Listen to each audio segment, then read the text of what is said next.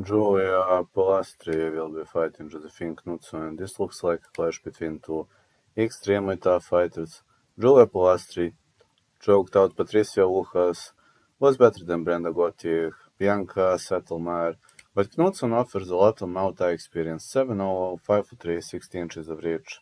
Her Muay Thai skills are brutally good. She defeated Manik Man and was better than Isis Verbeck, but she mostly goes the distance. She's got excellent takedown defense, nice elbows, nice clinching.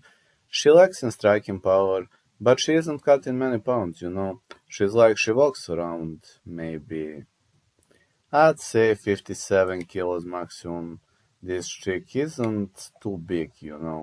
And people are criticizing her because she doesn't have much of a knockout power, but she's so slick and quick.